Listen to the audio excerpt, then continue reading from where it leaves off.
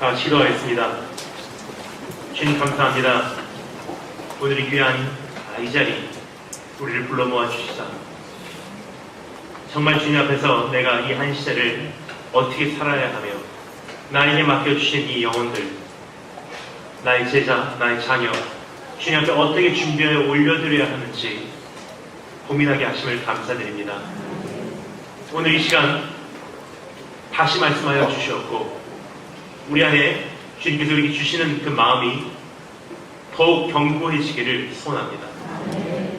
마음을 오늘 그 말씀을 전하는 자나 말씀을 듣는 자나 예수 그리스도의 보혈로 정결케 하시고 주 성령께서 우리에게 마음껏 말씀하시는 시간 되기를 소원하고 지금 이 시간을 주님 손이 가까우며 살아계신 주 예수 그리스도의 이름으로 기도합니다. 그럼 첫 번째 시간에는 보내신 파트 1이라는 제목으로 좀 전에 살펴본 마태복음 28장 8절부터 20절까지 말씀을 통해서 증인으로 우리를 보내시는 주님의 음성을 우리 함께 귀를 기울여 보았습니다. 가장 먼저 우리 요구하시는 그 과정은 주님의 영광을 목격하는, 주님 자신을 목격하는, 주님께서 나에게 보여주시기를 원하는 그 비전을 목격하는 그 과정이고요. 두 번째는 그것을 목격함과 동시에 예수 그리스도와 연합을 함으로 그분의 권세가 나의 권세되어서 내 안에 잠재되어 있었던 그 모든 권세를 회복하고 우리가 나가는 것입니다. 그 자들이 이제 땅끝까지 이르러 해야 될 역할은 우리가 감당해야 될 사명은 제자 삼는 그 사명이라는 것을 우리가 살펴보게 되었습니다. 자, 그러면 이 시간에 보내신 파트 2라는 제목으로 정말로 이제는 땅끝까지 가며 주님이 나를 보내실 때 우리가 어떠한 마음으로 나아가야 할지 주님께서 나에게 가장 중요한 것을 오늘 이 시간 깨우쳐 주시려고 합니다. 그것은 무엇이냐면요, 이것만은 절대로 잃지 말아라 하시는 주님의 당부하시는 음성이 오늘 이 말씀을 통해서 우리에게 전해지는데, 그것은 무엇이냐면 우리의 본질입니다. 여러분, 저는 참 많은 나라를 다니며 온 열방을 오늘도 목격하고 있습니다.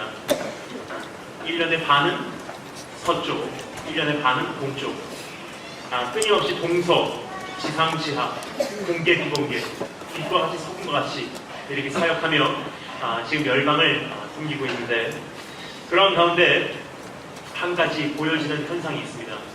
그것은 세계 어디 가든지 지금 거의 비슷한 현상이 일어나고 있다는 것입니다.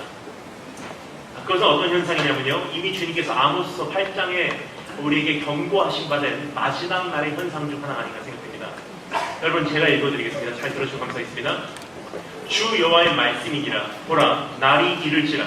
내가 기근을 땅에 보내리니 양식이 없어 주림이 아니며 물이 없어 가람이 아니요 여호와의 말씀을 듣지 못한 기갈이라. 사람이 이 바다에서 저 바다까지, 북쪽에서 동쪽까지 비틀거리며 여호와의 말씀을 구하려고 돌아다녀도 얻지 못하리니 그날의 아름다운 처녀와 젊은 남자가 다 달아여 쓰러지리라. 여러분, 참 이러한 현실을 오늘도 우리가 경험을 하게 됩니다. 참 마지막 시대에 접어들어 가장 안타까운 것 중에 하나가 무엇이냐면요, 우리 안에 있는 영적 갈증이라고 생각을 합니다. 그래서 오늘 이 시간 여러분과 함께 제가 시대를 분별해보며, 그렇죠? 2절 3절에서 주님께서 말씀하시죠. 너희가 시대를 분별치 못하겠다. 그래서 여러분, 우리의 본분, 정말 시대를 다시 한번 분별해볼 때 지금 이 시대, 나는 이제 어떻게 살아가야 할까?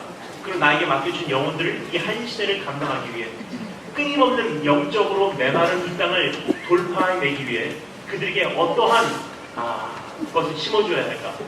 함께 이 말씀을 되게 고민해보는 그런 시간이 되었으면 좋겠습니다.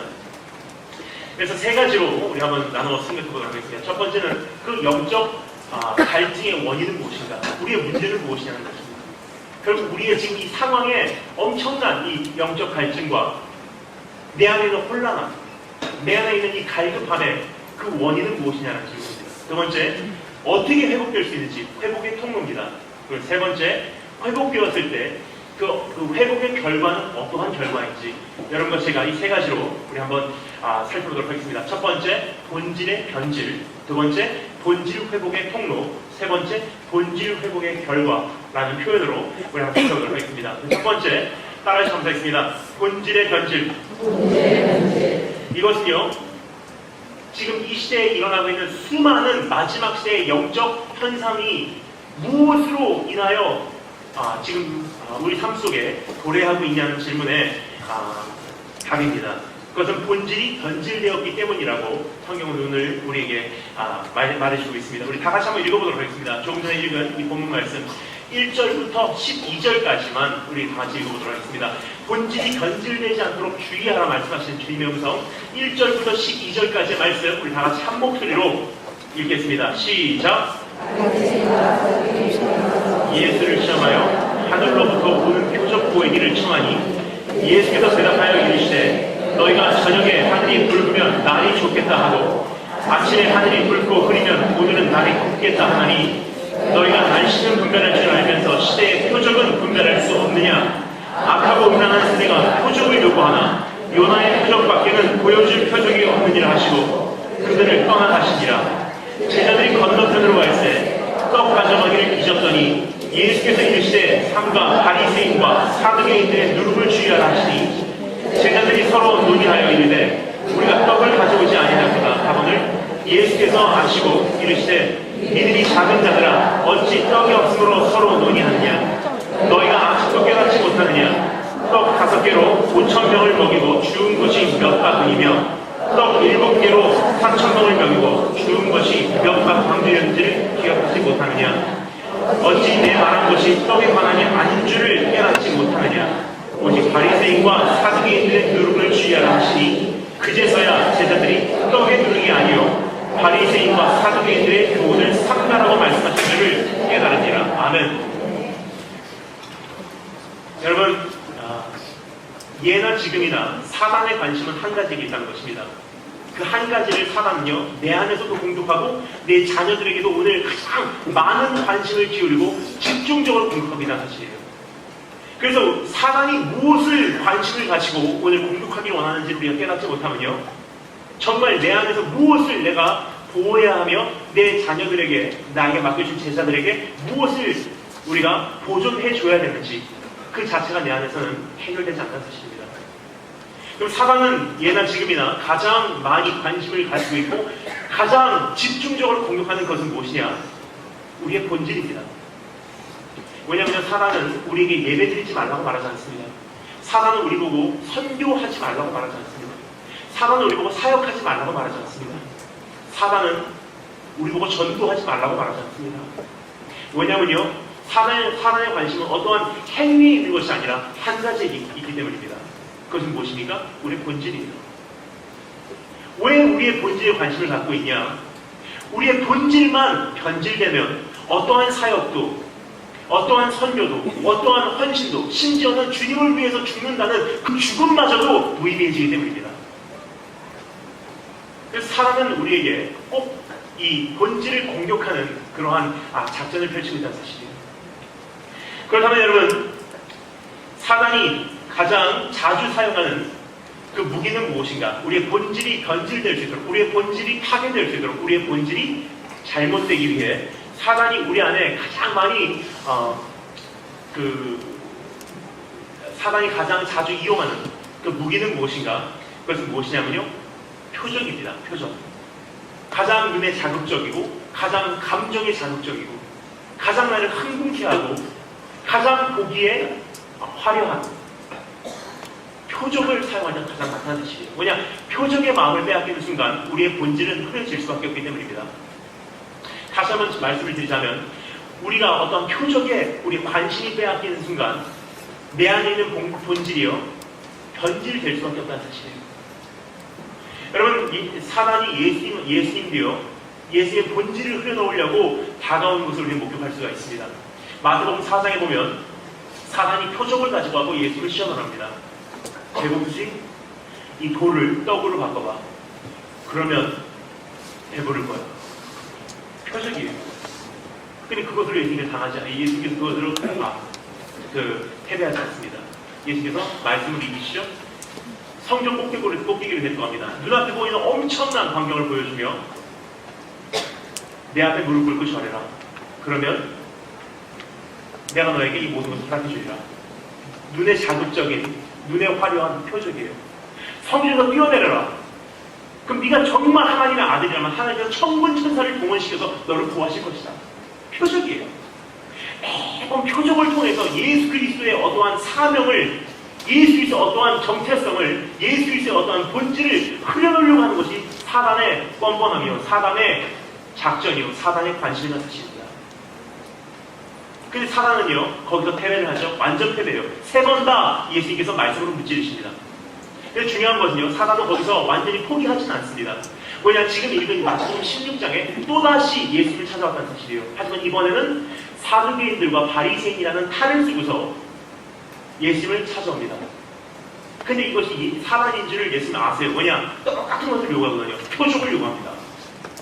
그 사단에게 주님께서 뭐라고 말씀하십니까? 악하고 음란한 세대가 표적을 요구하나 나의 참된 사명인 요나의 표적, 죽고 다시 살아나는 것, 그 표적 외에는 내가 너희들에게 주지 않겠다.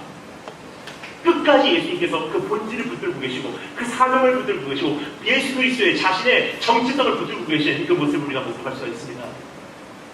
여러분, 그렇습니다. 사단은요, 우리의 본질을 흔들어놓기를 원합니다. 우리의 본질을 흔들어놓기를 원합니다. 교회의 본질을 파괴하기를 원한다는 뜻이에요. 뭐냐, 그것만 잘못되면요, 교회가 교회되지 못하고 성도가 성도되지 못하고 예배가 예배되지 못하고 선교가 올바로 작동을 할 수 없기 때문입니다. 그래서 여러분, 내 안에 혹시나 그 본질이 아직도 있는지 혹은 희석되거나 변질되지 않았는지 내 자신을 한번 점검해 보기를 원합니다. 사실 여러분, 이 본질만 있으면요, 우리 자녀들도 땅끝까지 충분히 갈 수 있는 틀이 그 안에 다 있다는 사실이에요. 근데 문제는 무엇이냐면요, 본질 외의 것을 심어주니까 내 자녀, 내 제자들이요, 땅끝도 못 가게 오히려 어떻게 보면 내가 가르쳐준 그 가르침 때문에 학생들의 인생이 제한이 된다는 뜻입니다. 그래서 오늘 먼저 내 자신의 본질이 있는지를, 아직도 그것이 온전한 본질로 세워져 있는지 내 자신을 먼저 점검하고요, 그리고 그러한 본질을 우리 자녀들에게, 우리 제자들에게 심어주시는 그러한 한 분 한 분 되시길 주님으로 축원합니다.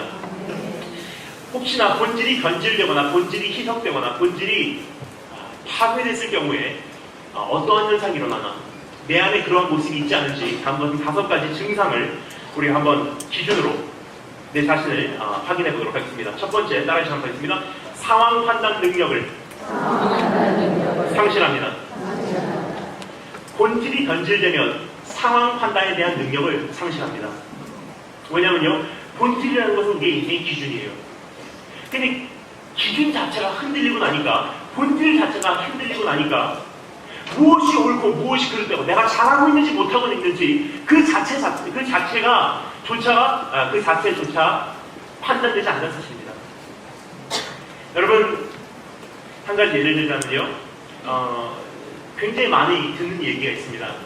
예를 들어서 특별히 이제 대한민국에서 열리는 선교 대회라든지 아니면 너무나 많은 분들이 이렇게 기도하는 내용을 듣잖아요. 그러면 다시 한번 생각을 하게 돼요. 그것이 절대로 틀렸다는 말은 아닙니다. 하지만 다시 한번 제 안에 이런 생각을 하게 됩니다. 어떤 생각이냐면요, 이런 기도를 듣습니다. 이런 말을 듣습니다. 우리 대한민국은 제사장 나라입니다. 그래서 하나님께서 대한민국을 마지막 시대에 위대하게 쓰실 것입니다. 우리 대한민국이 열방의 서지를 책임질 것입니다. 그래서 성도님들 들을 때 뭐라 그러죠? 아멘 하고 들어요. 근데 한 가지 제 안에는요, 그런 설교를 들을 때, 그러한 기도를 들을 때 제 안에는 어떤 질문이 생겨요. 무엇을 기준으로 대한민국을 그렇게 판단하고 있냐는 거예요.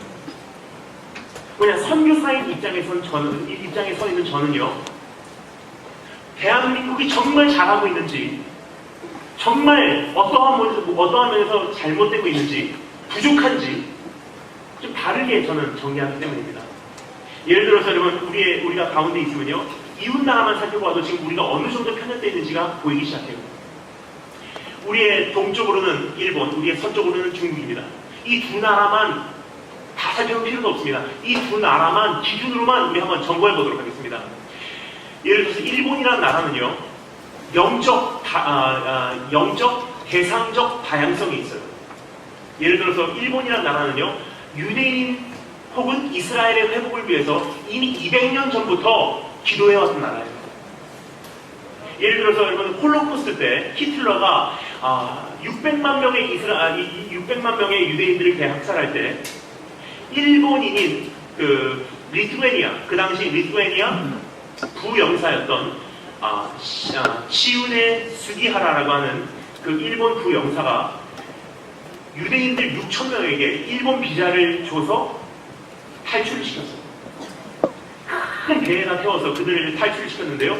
그분들이 배를 타고 일본 요코하마항에 도착했을 때 일본 성교울교 목사님들이 가서 성도님들이 가서 그 배에다가 쌀가마리를 던져줬어요. 그거 먹고서 힘내라고. 일본 사람들은 지금도 이스라엘의 회복과 유대인들이 돌아오기를 기도하고 있어요.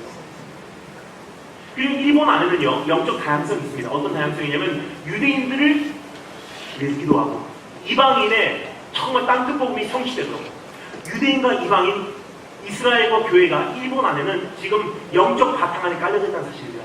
근데 우리는 어떻습니까? 대한민국. 내가 이스라엘이고 내가 유대인인 줄 알고 살고 있습니다. 이스라엘 선교, 성지순례로 갔다 왔지 유대인이 지금 온 세계에서 어떻게 돌아오고 있는지 1947년, 1968년도에 하나님께서 이스라엘과 예루살렘을 어떻게 회복시키고 계신지 지금 이스라엘 안에서 유대인들이 돌아와서 찬송을 불러 주의 이름으로 오시는 이유하고 그들의 고백이 어떻게 회복되고 있는지 나하고는 별로 상관이 없다고 생각합니다. 왜냐하면 하나님께서 이스라엘을 버리시고 유대인을 버리시고 이방인이 나를 선택하셨기 때문에 내가 아브라함의 자손이요 유대인은 버림받은 민족이요 내가 하나님의 축복의 대상이라고만 믿고 있지 지금 하나님 나라에서 이방인의 정해진 수가 차고 유대인의 정해진 수가 차면 하나님이 이 두 개를 합체해서 One whole new man, 하나님의 새로운 인간을 만들어내신다는 것을 우리는 별로 생각을 하지 않습니다. 근데 일본은 영적 다양성이 있어요. 따라서 더 많이 보고 더 전체를 볼 수 있는 틀이 일본 안에는 일본 크리스천들 안에 형성이 됐다는 뜻입니다. 그럼 우리 이웃나라 중국은 어떻습니까? 중국은요 영적 다양성이 있습니다. 어떤 면이냐면요 토양적 다양성이 있어요. 일본은 대상적 다양성이 있습니다. 하지만 중국 같은 경우는요 공개 사역도 있고 비공개 사역도 있어요. 예를 들겠습니다. 지리적으로만 봐도요 굉장히 다양해요. 중국의 동쪽은요 북경, 상해, 홍콩, 계련, 청도, 동북 삼성, 조선주 다치구죠. 거기 가면요 한국의 온누리 교회 혹은 여의도 순복음교회 같은 전혀 다름이 없는 예배 스타일이 거기서는 예배가 드려지고 있어요. 여러분 조선족 교회가 주일날 오전에 5,000명 모여서 예배 드리는 거 여러분 상상이 가십니까? 중국에서 중국 동부 쪽에서는요 지금 한국의 어떤 교회와도 전혀 다른 점이 없는 예배가 오늘도 드려지고 있다는 사실입니다. 그럼 중국의 서쪽은 어떻습니까? 중국의 서쪽으로 가면 갈수록 지하로 들어가요. 정말 중국의 서쪽으로 가잖아요. 우르무치 카슈가 쪽으로 가면요 이란하고 아프가니스탄하고 이라크에서 예배 드리는 것과 전혀 다른 점이 없는 예배가 드려지고 있다는 뜻입니다. 그럼 중국 안에는요 중국의 엄청난 큰 나라 안에는요 영적 다양성이 있어요. 토양적 다양성이 있습니다. 공개도 있고 비공개도 있고 지상도 있고 지하도 있어요. 거기에 익숙한 중국 사람들은요 세계 어디다가 떨어져 나가도 선교합니다. 여기는 도쿄와 같이 하면 되는구나. 여기는 청도와 같이 하면 되는구나. 여기는 시아와 같이 하면 되는구나. 여기는 우르무치와 같이 하면 되는구나. 근데 우리는 어떻습니까? 대한민국은요 비공개가 거의 없어요. 다 이거예요. 그러면 하나님께서 어느 나라에게 선교에 더 큰 틀을 허락해 주셨습니까? 한국입니까? 중국입니까? 근데 이 자체가 분별되지 않고요. 우리 가운데 서 있는 우리가 교회에 성장하고 굉장히 축복받은 기독교 문화가 있고 그리고 정말 주일날 대형교회에서 많이 모이는 사람들 보고 그것이 내 시각적으로 자극이 되니까 우리 잘하고 있구나. 어느 사회인가 그것이 기준이 되니 내가 잘하고 있는지 못하고 있는지 일본과 중국과 그 가운데 있는 대한민국이 지금 어디쯤 되는지도 분별하지 못하고 내가 1등인 줄 알고 달려가는 것이 우리의 모습이에요. 지금 대한민국 자녀들은 어떻습니까? 우리 자녀들, 우리 학생들은 어떻습니까? 정말 죄송합니다. 하지만 여기 선생님들과 우리 부모님들 모셨기 때문에 제가 솔직히 말씀드리도록 하겠습니다. 제가 조금 전에 말씀드렸죠? 1년에 제가 만나는 청소년, 청년 수가요. 대한민국 청소년 청년뿐만이 아닙니다. 온 세계에 있는 청소년 청년 다 합해서 약 7만 명에서 10만 명을 만나요. 정말 죄송합니다. 제가 솔직히 오늘 말씀드릴게요. 온 세계를 다니면서 굉장히 다양한 청소년 청년들을 만나지만 대한민국 안에는 두 가지 종류의 청소년 청년이 공존하고 있어요. 첫 번째 부류는요, 세계에서 찾을 수 없는 최악의 부류가 대한민국 부류예요. 여러분, 저는 이슬람 공부하고 말씀을 전한 적이 있어요. 근데 이슬람 무슬림들이요, 다 머리에다 털만 쓰고 예의상 들어줘요. 일본에 가고 말씀을 해줍니다. 그럼 일본의 통주족, 야쿠자들이요, 예의상 들어줘요. 재미교포 말할 것도 없이 예의상 들어주고 차라리 반론을 할지언정 다 들어줘요. 하지만 대한민국 어떻습니까? 우리 자녀들은 어떻습니까? 우리 학생들은 어떻습니까? 목사님 자녀, 장로님 자녀, 선교사님 자녀, 3대째, 4대째 기독교 신앙. 어렸을 때 교회 다녔어요. 주일 예배 한번 가보십시오. 전사님 설교하면 너나 얘기해라. 핸드폰 갖고 놀고 있고, 일어나서 자기 원하면 언제든지 나가는 거예요. 뒤도 자고 있어요. 이게 지금 대한민국의 현실입니다. 그리고 우리 뭐라고 얘기하죠? 대한민국 제사장 나라, 우리가 선교 책임지겠습니다. 지금 온 세계에 있는 청소년들을 한번 보십시오. 대한민국 청소년들 못 쫓아갑니다. 무엇을 기준으로 내가 잘하고 있다고 생각하십니까? 그런데 제가 좀 전에 말씀드렸죠? 우리나라에는 두 가지 종류의 청소년들이 있어요. 하나는 최악이고 하나는 최고예요. 공존하고 있습니다. 최근에 6.25 3기 구국성회라는 다녀왔습니다. 그런데 거기 가니까 정말 매년 갈 때마다 저는 정말 은혜를 받아요. 대한민국 청년들이요, 그 한여름에 금년에 모였습니다. 6월 21일에 모였어요. 한여름에 오살리 기도원에서 모였는데요, 민간인까지 합쳐서 15,000명, 16,000명 모였어요. 육해공 해병대 다 모였어요. 근데 모였는데 여러분, 그렇게 많이 모이니까 밥 먹고 돌아오면 앞자리 뺏겨요.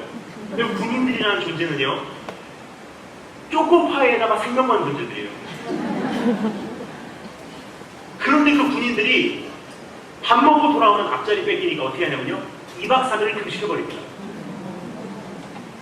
군인들은요, 휴가라고 하면 군인들에게는 생명줄이에요. 그래서 그 군인들이 휴가 반납하고 거기 모인 청년들도 많이 있어요. 거기 모여서 정말 뜨겁게 열정적으로 기도하는 모습을 볼 때 저도 확신했어요. 세계 어디를 가든지 이런 청년들은 없습니다. 양면성이 있습니다. 대한민국. 지금 무슨 시장은요? 지금 기로에 섰다는 거예요. 끝까지 쓰인 바냐, 이제는 버린 바냐. 그것을 하나님께서 일본이라는 나라를 통해서 우리에게 경고를 하셨어요. 일본에 지진이 일어나고 일본의 원자력 발전소에 사고가 있었고 일본의 쓰나미 때문에 우리는 보통 이렇게 생각을 하죠. 저 일본은 예수님 안 믿으니까 벌 받고 우리나라는 예수님 잘 믿으니까 하나님께서 모든 재앙을 피해가게 하신다. 아닙니다, 여러분. 일본은요, 적어도 유흥가라는 그 자리가요, 한정이 돼 있어요.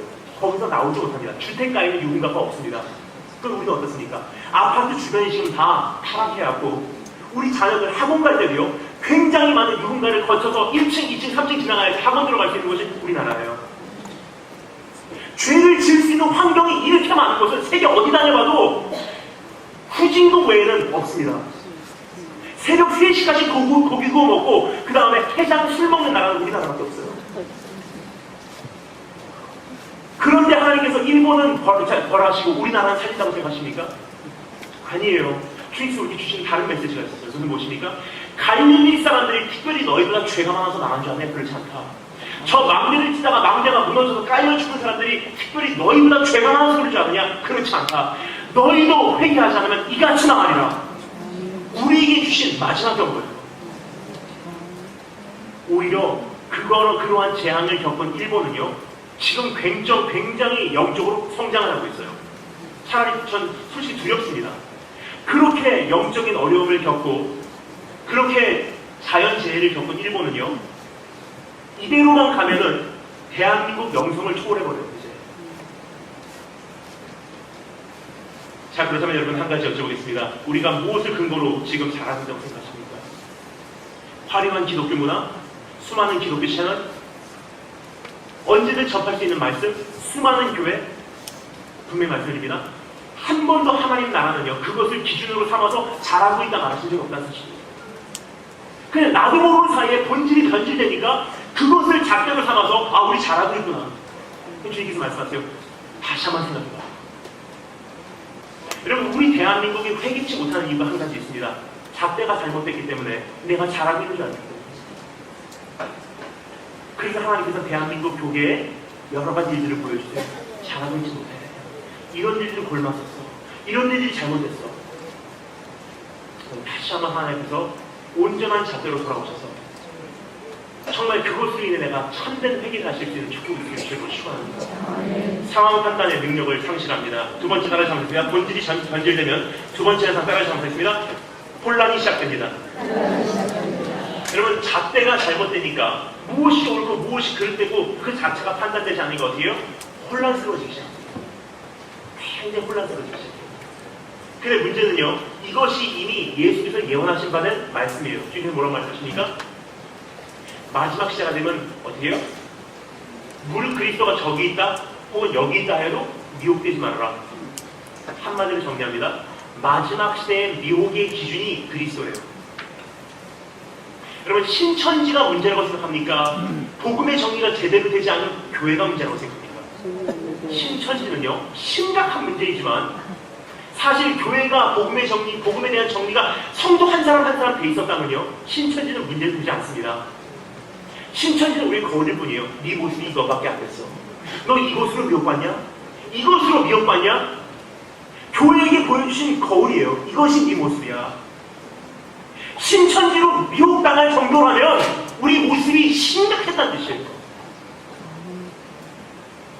여러분, 은행에서 일하시는 분들 아시죠? 은행에서 계속 새롭게 개발돼서 나오는 위조지폐를 공부하니까 아니면 새로운 돈을 배웁니까? 진짜 돈이 어떤 느낌인지를 배웁니까? 위조지폐는요, 새롭게 모습을 바뀌기 때문에 아무리 공부해도 새로운 거 나오면 분별할 방법이 없어요. 근데 진짜나 본질을 알면요, 가짜를 분별할 수 있습니다. 그럼 우리 안에 진짜 복음이 있었다면요, 어떠한 가짜가 나오고 신천지가 나오든 뭐가 나와도 분별할 수 있어요.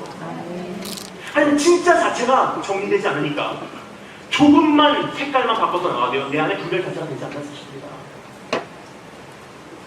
여러분, 왜 혼란스러운지 아십니까? 미혹의 기준이 그리스도래요. 그리스도가 여기 있다, 그리스도가 저기 있다 해도 미혹되지 말아라. 즉, 모든 사람들이 올 때요, 나 이단입니다 하고 온 사람 없습니다. 나 이단입니다. 자, 말씀 좀 들어주세요 하는 사람 없죠? 다 뭐라고 합니까? 다 예수님의 이름으로 와요. 예수님께서 나를 보내셨어요. 주님께서 이 사역하라고 하셨어요. 주님께서 선집지로 나가라고 하셨어요. 주님께서 음반 내라고 하셨어요. 주님께서 나보고 개척하라고 하셨어요. 주님께서 저보고 목사 되라고 하셨어요. 주님께서 저보고 이렇게 하라고 하셨어요. 그 중에 제일 무서운 부류가 뭔지 아세요? 저에게 가끔 찾아오신 분들이 계십니다. 목사님, 주님께서 저보고 목사님하고 결혼하라고 하셨어요. 사랑으로. 주님 목사 잘못 들었습니다.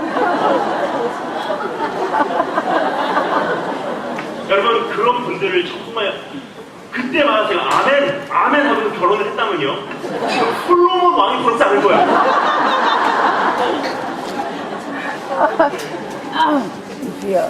가장 큰 문제가 뭐냐면요, 다 주님의 이름으로 각자 나름대로 원하는 것을 듣는 것이 문제예요.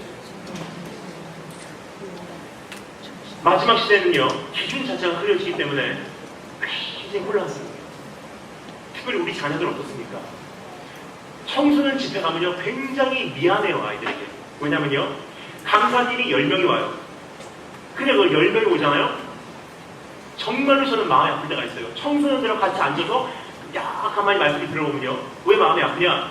강사마다 얘기하는 내용이 다 다른 거예요. 저 강사님은 저렇게 얘기하고 저 강사님은 저렇게 얘기하는데 저 강사님하고 저 강사님하고 얘기하는 내용이 충돌이에요. 둘 다 가짜든지 둘 다 잘못됐든지 아니면 적어도 한 사람은 잘못된 것이 분명합니다. 그럼 아이들은 어떻습니까? 그 기준 자체가 없기 때문에 와 쫓아가고, 저기서 무슨 뭐 한다고 와 쫓아가고, 저기서 무슨 말씀이 되고 와 쫓아가고. 근데 가만히 보니까 내 안에 믿음이 뭔지도 몰라요. 여러분, 통계입니다. 대한민국 청년들의 87% 이상이 복음에 대한 정리를 못했다는 거 아십니까? 혼란입니다. 세 번째로 잡습니다. 목마름이 가면 갈수록 굉장히 이제 심각해지죠. 처음에는 상황 판단의 능력을 상실합니다. 혼란이 시작됩니다. 목마름이. 다시 한번 큰 목소리로. 목마름이 시작됩니다. 상황 판단의 능력을 상실하면 기준 자체가 없어지기 때문에 내가 잘하고 있는지 못하고 있는지 자체를 모릅니다. 그렇기 때문에 혼란스러워져요. 무엇이 진짜인지 굉장히 혼란스러워집니다. 근데 혼란이라는 것은 다른 말로 표현하면 목마름으로 내 삶 속에서 자리를 잡기 시작해요. 예를 들겠습니다. 진짜로 진리가 뭔지 우리한테 정리가 되지 않으면요, 그 진리를 찾기 위해 끊임없이 우리는 목말라 온 세계를 헤맬 수밖에 없어요. 그래서 아까 말씀드렸죠? 아모스 8장 말씀, 동에서 서까지, 저 바다에서 저 바다까지 진리를 찾으려고 내 영혼, 내 목마른 목을 죽이려고 젊은 청년들이 쓰러질 때까지 헤매인대요. 지금 이거 우리 현실이에요, 여러분. 엄청난 목마름이 시작돼요. 여러분, 저는요, 중국 쪽에 발판을 두고 있기 때문에 굉장히 많이 북한 분들을 접할 기회가 있습니다. 참 재밌어요. 탈북하시는 분들 보잖아요. 정말로 귀합니다. 생명을 걸고서 탈북을 하세요. 그럼 탈북하실 때 그분들이 뭐라 그러시냐면요, 제가 물어봤어요, 어느 형제에게. 그 형제는요, 탈북을 하면서 압록강 두만강을 건너면서 아빠, 엄마, 형, 동생 다 죽었어요. 자기 혼자만 성공적으로 건너왔어요. 즉 탈북하는 그 확률이 성공적으로 탈북하는 확률이 20% 미만이에요. 제가 물어봤습니다. 뭘 믿었기에, 뭘 믿고 넘어왔습니까? 그 형제가 얘기합니다. 아, 우리는 소문을 들었습니다. 근데 넌 궁금해서 물었대요. 무슨 소문입니까? 그러니까 무슨 소문을 들었기에 생명을 버리기까지, 아빠, 엄마, 형, 동생이 생명을 한번 거기다가 던지기까지 거기서 했냐고 물었어요. 그러니까 이렇게 말합니다. 십자가의 소문입니다. 물어봤습니다. 뭐라고요? 그러니까 북한에서 들리는 소문이 저 압록강 두만강을 건너가면 십자가가 서 있는 데 찾아가라. 십자가가 서 있는 데 찾아가면 살려준다. 그 소문이래요. 참 귀하다고 생각했어요. 왜냐? 우리보다 정말 어떤 모습은요, 정말 귀한 모습을 이분들이 갖고 있다고 생각했어요. 왜냐면요, 여러분, 우리는 천국 소문을 들었음에도 불구하고 지금 우리의 생명을 죽음의 강에 던질 만한 신앙이 우리 안에 정말 있는지. 근데 그 사람들은 소문만 듣고도 생명을 던지고 강을 건너왔습니다. 아빠, 엄마, 형, 동생 다 죽고 자기 혼자만 성공적으로 넘어왔어요. 그리고 진짜 십자가 사이들을 찾아갔습니다. 거기서 복음을 영접합니다. 복음을 정말 뜨겁게 영접하니까 어떤 분들이 이렇게 고백해요. 나 이대로는 남조선 못 가겠습니다. 다시 북조선으로 돌아가야 됩니다. 내가 받은 복음이 너무나 귀한 복음이기에 이거를 이제 전해줘야 되겠습니다. 남겨놓고 나의 가족, 친척, 내 친구들에게 이 복음 전하러 난 다시 압록강 두만강을 건너겠습니다 하고 다시 생명을 걸고 건너요. 근데 중요한 것은요, 이분들이 건너가기 전까지는요, 3주문 3주, 5주문 5주라는 시간이 있죠. 그 5주문 5주라는 시간 동안 거기 계신 목사님이, 거기 계신 성교사님이 무엇을 가르쳐야 되겠습니까? 3주짜리 무슨 제자훈련 코스라든지 5주짜리 프로그램 가르치겠죠? 다 배웠다고 생각하고 그는 다시 생명을 걸고 죽음을 무릅쓰고 압록강 두만강을 건너서 북한으로 돌아가요. 거기까지는 정말 귀해요. 근데 한 가지 문제가 있습니다. 딱 3개월 정도만 지나잖아요. 다시 압록강 두만강을 건너서 그 강을 넘어서 다시 찾아와요. 그 목사님, 그 성교사님이 다시 찾아갑니다. 그걸 뭐라 그러죠? 아, 잘 모르겠어요. 너무 목말라요. 더 가르쳐주세요. 이게 뭐죠? AS가 필요한, 다른 말로 아프터 서비스가 필요한 복음을 전했다는 뜻이에요. 이거하고 뭐하고 똑같냐면요, 결국 내가 나의 자녀들에게 전해준 복음하고 똑같습니다. 대학교 가면 교회 떠나간 거. 여러분, 그렇다면 이 자녀들에게 무엇을 전해야 되겠습니까? 계속 끊임없이 나에게 와서 마셔. 내가 업데이트 해줄게. 내가 물 따라줄게. 이거 물 따라 가고 다 마시면 다시 돌아와. 끊임없이 나라는 존재가 없으면 넌 믿음 생활 못해라는 뜻이에요. 그럼 그 아이들에게, 그 탈북자에게 여러분 무슨 복음 전해줘야 되겠습니까? 여러분, 이런 복음이에요. 형제, 그 탈북자에게 말합니다. 형제, 참 귀하네. 잘 생각했어. 남조선으로 오지 않고 북조선으로 돌아간 건 참 예수 생명이 형제 안에 있다는 뜻이야. 자, 그런데 이 압록강 두만강을 건너는 순간 형제는 돌아올 생각하지 마. 왜냐하면 조금 전에 말씀드렸죠? 생명의 말씀이, 이것은 사본이지만 생명의 말씀의 원본은 형제 안에 있다. 생명에서의 원천이 형제 안에 있다. 이제는 예루살렘에서 베델에서 예배하자는 날이 와. 그날에는 모든 사람의 신령과 진정으로 부르신 그곳에서 예배할지니, 내 안에 계신 그분과 교제할지니 돌아올 생각하지 마. 저 강을 건너는 순간 북한에 넘어가서 내 안에 계신 그분께서 깨닫게 하실 것이고, 내 안에 계신 그분께서 가르치실 것이고, 내 안에 계신 그분께서 나를 인도하실 것이니 거기서 충실히 섬기다가 우리 주님 나라 가서 만나자. 처음부터 예수 생명을 그리기 전다면 이러면 어떻게 될까요? 그 탈북자는요, 주님 오시는 그날까지, 아니 내 생명 다하는 그날까지 부르신 그 자리에서 주님 섬기다 천국 가서 만나겠죠.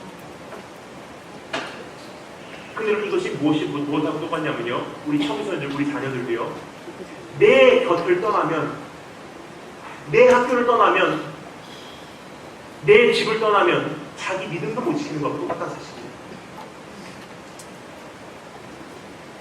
왜 그렇습니까? 우리의 본질을 상실하기 때문이에요. 우리의 본질은 무엇입니까? 예수 그리스도. 예수 그리스도를 교제하는 방법은 배우지 못하고, 내 안에 계신 그분을 누리는 방법은 배우지 못하고, 한 형태의 예배에 참여하는 방식은 익숙해졌어요. 한 가지 형태의 어떠한 성경 공부하는 것은 굉장히 도가졌어요. 그냥 내 안에 계신 예수 그리스도하고 교제하는 방법을 모른다는 사실이에요. 상황 판단 능력을 상실하고요. 두 번째, 혼란스럽게 시작하고요. 세 번째, 목마르기 시작하면, 네 번째, 따라서 감사했습니다. 비본질의 생명겁니다. 내 안에 본질이 없어지면요, 내 안에 속 사람은 알아요. 뭔가가 상실된 거를, 뭔가가 희석된 거를. 그래서 그것을 채우기 위해 그때부터 몸부림치기 시작합니다. 뭔가를 잡으려고 해요. 지푸라기를 잡으려고 하는 것이 우리의 모습이에요. 그런데 여러분, 본질이 없기에, 다시 한번 본질로 돌아가야 된다고 생각을 하시는 분들 굉장히 없어요. 굉장히 드물어요, 그런 분들은.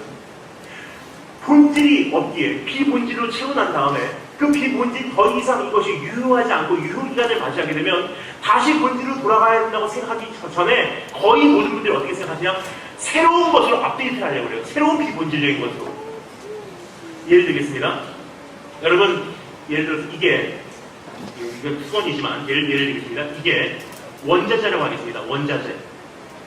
원자재라는 것은요, 시간과 공간을 초월해서 원자재예요. 할아버지 시대에 유효한 원자재가요, 우리 시대에도 원자재고, 우리 다음 세대도 원자재예요. 미국에서도 원자재고, 한국에서도 원자재고, 일본에서도 원자재예요. 원자재는 원자재예요. 어디서든지 필요한 원자재입니다.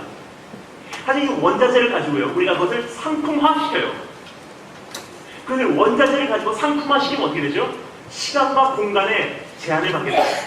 할아버지 시대에 통했던 상품, 우리 아버지 시대에 통했던 상품, 우리 세대에 통하는 상품, 우리 자녀 세대에 통하는 상품, 다 상품이 다르다는 사실이에요. 대상과 시간의 제한을 받게 됩니다. 지역은 어떻습니까? 미국에서 유행하는 상품, 한국에서 유행하는 상품, 일본에서 유행하는 상품.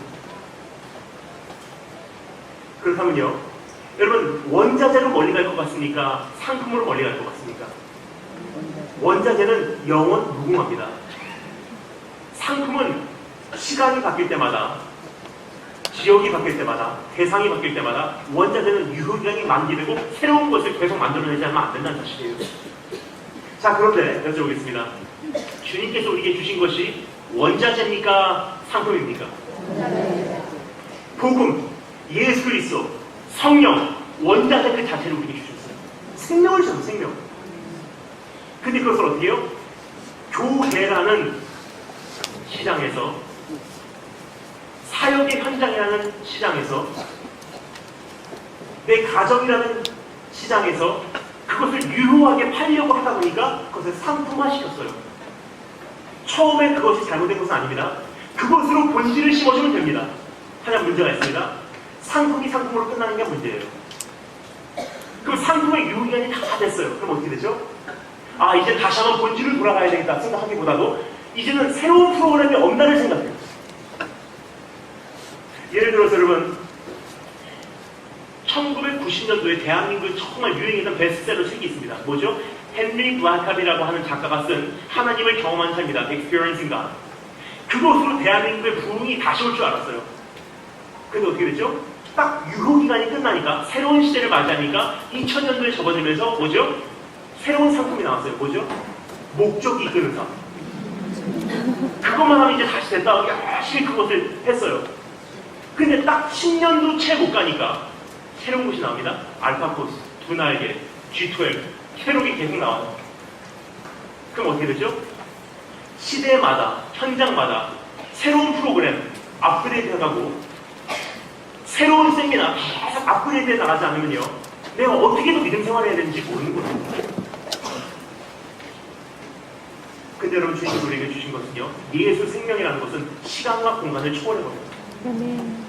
그것만 가지고 있으면 상황에 맞게, 대상에 맞게, 시간대에 맞게 살아나갈 수 있는 능력을 내 안에 소유할 수 있는 사실입니다. 예를 들겠습니다. 제가 부산에서 교제하는 어느 목사님이 계신데요. 그 목사님 교회에 제가 지난번에 말씀을 전하러 왔어요.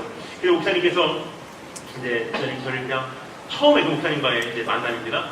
그냥 목회하시는 목사님인 줄 알았어요. 근데 저는 그 목사님께서 목회하시는 그 청년들과 청소년들을 보면서 좀 충격을 받았어요.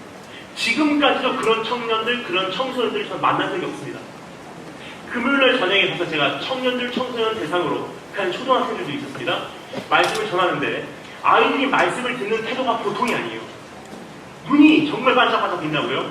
말씀을 듣는데 말씀을 흡수를 하는데 제가 빨려 들어가는 줄 알 정도로 흡수력이 대단해요. 한마디 한마디 다 받아들이더라고요. 통속으로 마지막에 마치고 기도하는데요, 초등학생들이 방언으로 울면서 기도해요. 좀 기가 막히다고 그냥 정말 귀한 교회입니다 생각을 하고 목사님께 말씀드렸어요. 목사님 정말 귀합니다. 어떻게 이렇게 살아갔어요? 목사님께서 말씀하십니다. 이게 원래 이런 건 아니고요, 여러 가지 과정이 있었습니다. 여쭤봤습니다. 어떤 과정입니까? 목사님이 설명해 주십니다. 처음에 그 목사님께서 그 교회에 부임하셔서 교육자로 이제 그 교회 이제 청소년부를 맡게 되셨어요. 정말 이 아이를 내가 바꿔놓겠습니다 생각을 하고 그 교회를 들어갔는데 담임 목사님께서 부르시더래요. 김 목사, 자네가 가지고 있는 복음과 본질 참 귀해. 하지만 대한민국 사회에서는 그거는 안 통해. 그러니까 대한민국 사회에서 영향력 있게 복음과 본질을 전하기 위해서는 자네의 이력을 만들어야 돼. 사람들이 봤을 때 저분이 말씀하는 거 정도라면 들을만하구나. 그러기 위해서는 지금 30명 모이는 중고등부를 300명으로 만들어봅니다. 그러면 자네가 가지 않아도 자네를 대한민국 여러 교회에서 중고등부 무슨 세미나로 우리에게 불러줄 거야. 그때 가서 본질과 복음 정리하면 돼. 그분께서 말씀하십니다. 그때 혹하고 넘어갔던 게 그분의 인생의 가장 큰 실수였어요. 정말 그런가 보다 했대요. 그걸 돌아와서 중고등 학생들에게 물어보십니다. 얘들아, 우리 부흥한다. 예를 들어 330명에서 300명을 우리가 확장한 다음에 정말 우리가 믿고 있는 그 복음과 본질을 이제 대한민국 땅에 우리가 알리자. 하지만 그 전에 우리가 해야 될 게 있어. 30명에서 300명으로 부흥하는 거다. 어떻게 하면 부흥하겠니? 그러니까 아이들이 얘기하는 거에 뻔해요. 목사님, 뭐야? 설교 15분 넘기지 마세요. 그래. 목사님, 뭐니? 목사님, 설교 때 울지 마. 부담스러워요. 그래야 정말 했대요. 목사님, 깔끔한 설교 하세요. 알겠다. 그리고 정말로 토요일날 오후마다 이제 친구들 데리고 와서 예배하는 그 예배를 드리기 시작했어요. 토요일 오후에 이제 아이들이 친구를 데리고 옵니다. 그리고 이제 이렇게 퍼포먼스 하고, 성극 보여주고, 동영상 보여주고, 춤추고, 맛있는 거 주고 소개하고, 목사님께서 15분 넘기지 않는 깔끔한, 부담스럽지 않은 설교를 하십니다. 그렇게 하니까 목사님 놀라셨대요. 진짜로 부흥이 되더래요. 30명, 60명, 100명, 120명. 그거 정말 되는구나. 근데 어느 날이었습니다. 꽉 하늘로 차 있었어요. 다 친구들 데리고 왔어요. 목사님께서 또 깔끔한 설교 하시는데 갑자기 앞에 있는 어느 남자의 눈이요, 보통 눈이 아니에요. 목사님의 말씀을 듣는데 이것은 정말 하나님의 음성을 듣듯이 막 흡수를 하더래요, 말씀을. 저는 괜찮네. 정말 귀하다. 말씀 마쳤습니다. 예배를 마치고 그 친구를 데리고 온 그 학생에게 찾아가십니다. 야, 네 친구 정말 귀하더라. 제 말씀 듣는 태도가 보통이 아니야. 쟤 어디서 왔니? 아, 쟤는 오늘 처음 교회 왔어요. 아, 그래. 그러면 오늘은 그냥 좀 맛만 보여준 거고, 이번 주에 내가 전화를 할 테니까 그 학생하고 목사님 좀 만나게 좀 해줘. 가서 이제 진짜로 원색복음을 목사님이 전해야 되겠다. 목사님 그렇게 할게요 하고 헤어졌어요. 며칠 안 돼서 목사님께서 그 제자에게 전화를 합니다. 야, 네 친구 있잖아. 걔 좀 만나게 해줄 수 없니? 그 학생이 뭐라고 하는지 아세요? 목사님, 그 친구 그날 교회 갔다 와서 자살했어요. 그 아이는요, 세상에 태어나서 처음이자 마지막으로 교회 온 아이예요. 여기에 진리가 있다면 한번 만나보겠다고 온 아이였어요. 근데 그날 깔끔한 설교 듣고, 부담 없는 설교 듣고, 눈물 없는 설교 듣고 집에 가서 자살했어요. 목사님께서 가슴을 찢으면서 옷을 벗었어요. 하나님, 난 목사 될 자격 없습니다. 그날은 사역 그만두셨어요. 그리고 정말 오랜 세월 동안 사역을 쉬시다가 어느 날 하나님께서 회복시키시고 다시 불러주셔서 새롭게 사역하셨는데요. 지금 사역 어떻게 하시는지 아세요? 금요일날 되면요, 그냥 아이들 교회로 모이게 합니다. 교복 입고 와요, 아이들이. 그러면요, 돼지국밥, 부산이니까 돼지국밥 한 그릇씩 다 줘요. 그거 먹게 한 다음에 강단에서 그냥 찬송가 하나 틀어놓고 너희 때 알아서 해 하고 나오신대요. 그럼 그 아이들이 금요일날 저녁 9시부터 토요일날 새벽 예배 5시까지 어떤 아이는 여기, 어떤 아이는 저기, 어떤 아이는 강단 앞에, 어떤 아이는 의자에 다 뿔뿔이 흩어져서 그 밤을 그 강단에서 지내요. 어떤 아이들은 기도합니다. 어떤 아이들은 졸고 자고 있어요. 그냥 목사님께 말씀하십니다. 그래도 괜찮대요. 그럼 저에게 물어보십니다. 목사님, 제가 이거 왜 하는 줄 아세요? 분명히 오늘 이 가운데는 80% 이상의 아이들은 기도 안 하고 그냥 와서 자고 있어요. 하지만 괜찮아요. 그 이유는 지금 교회에 와서 금요일날 저녁 9시부터 토요일날 새벽 5시까지 자는 한이 있어도 적어도 그 아이는 나중에 알 거래요. 뭘 아냐? 언젠가는 목사인 나도 그 아이의 곁을 떠나야 날이 올 거고, 언젠가는 정말 믿을 수 있는 부모님인 그 부모님도 그 아이의 곁을 떠날 그날이 오잖아요. 그럼 그 아이가 평생을 이제 어른이 되어 살아가는데 인생의 막다른 골목에 들어서는 것은 거의 여러분 이미 겪어보셨듯이 거의 정해진 사실이에요. 언젠가는 누구라도 인생의 막다른 골목에 들어서게 돼 있어요. 그 순간 누구도 나를 도와주지 못하고, 내가 그토록 의지했던 부모님도 안 계시고, 나를 그토록 영적으로 먹여주셨던 그 목사님도 안 계실 때, 적어도 교회 와서 자던 그 아이들은요, 돌아가야 될 자리는 안 남은 거예요. 내가 어디로 돌아가야 되는지. 여러분, 무엇을 심어주시길 원하십니까? 재미있는 프로그램? 어떤 즐거운 크리스찬 생활? 예수 생명이라는 것은 거기서 탄생되지 않습니다. 피투성이 된 채로 33살 된 젊은이가 십자가에 달려서 생명을 쏟아버리신 것이 복음이에요. 피비린내 나는 현장에서 탄생된 것이 복음입니다. 그것을 정말 받아들였다면요, 내가 외치는 복음은 냄새가 있는 복음이에요. 받아들이기 거북한 복음입니다. 거기는 받아들이는 자도 있겠고 받아들이지 않는 자도 있기에 10년을 쫓아다니면서 간절히 그 아이들에게 섬기지 않으면 받아들이지 않는 복음이 될 수 있다는 사실이에요. 하지만 여러분, 정말 사람을 살리는 것은요, 바로 그런 복음입니다. 그 복음을 내가 받았는지, 그리고 그런 복음을 지금까지 외쳐왔는지, 아니면 그냥 교회 나가라고 교회 이름표만 달아줬는지 한번 내 자신을 살피시는, 혹시나 내 자녀들을 내가 그렇게 키우진 않았나. 여러분, 부모님들 여기 많이 계신데 한 가지 제가 정말 호소를 하겠습니다. 저는 많은 나라를 다니는데요, 정말로 마음이 아픈 것은 대한민국보다도 외국에 계신 부모님들이세요. 이민 생활하느라고 정말 바쁘셔서 열심히 했건만 나중에 살만 하게 되니까, 이민 생활이 안정이 되니까 이제는 정신이 드시는 거예요. 아, 큰일 났다. 내 자녀들 이제 신앙생활 다 망쳤구나. 근데 제가 봐갖고 집회를 하면요, 그 부모님들이 울면서 저에게 찾아와서 상담을 요청하세요. 목사님, 어떻게 하면 좋습니까? 우리 자녀 처음에 이민 왔을 때 정말 힘든 생활을 할 때 그 아이가 나 따라서 교회 와서 밤새도록 강당 앞에서 잔 적이 있어요. 그 아이 선교회원도 다녀왔고요, 중고등부 학생회장도 했고요, 정말 열심히 교회 다녔어요. 근데 그 아이가 지금 대학을 다녀서 교회를 안 다녀요. 우리 자녀 어떻게 하면 돌아올까요? 그런 상담이 여러분, 제가 받는 상담의 거의 80% 이상의 상담의 내용이에요. 정말로 그분들께 말씀해드리기를 원하는 것이 뭔지 아세요? 그냥 저는요, 그냥 기도해드리고 정말 간절히 기도해드리고 정말 같이 울어드려요. 하지만 솔직히 그분들에게 말씀드리고 싶은 말씀이 뭐냐면요. 그 자녀는 돌아오지 않습니다요. 안 돌아옵니다, 여러분. 거기까지 주님의 좋으심을 맛봤는데도 불구하고 떨어져 나간 자녀는요, 안 돌아옵니다. 유일하게 한 가지 방법은 있어요. 유일한 방법. 뭔지 아십니까? 부모님이, 어머니가요, 해산의 고통을 다시 겪으면 그 자녀는 돌아와요. 하지만 문제가 있습니다. 어떤 문제냐? 거의 모든 부모님이요, 아무리 자녀를 사랑하는 어머니라고 해도요, 자녀를 위해서 영적 해산의 고통을 다시 겪으려고 하시는 분들 극히 소수입니다. 그럼 자녀가 문제가 아니라 부모인 내가 문제예요. 학생이 문제가 아니라 그 학생을 맡은 교사인 내가 문제가 되지. 내가 죽으면 자녀가 삽니다. 내가 죽으면 그 학생이 돌아와요. 이것이 주님 나라의 법칙 아닙니까? 하나의 미랄이 땅에 떨어져서 죽지 아니하면 하나 그대로 있거든요. 죽으면 완전히 됩니다. 문제는요, 열매가 맺어지지 않는 게 문제가 아니라 내가 떨어져 죽지 않았기 때문에 문제예요. 여러분, 사실 교사 세미나라는 게 아무것도 없더라고요. 한 가지더라고요. 가서 죽으라는 거. 내가 죽으면 삽니다.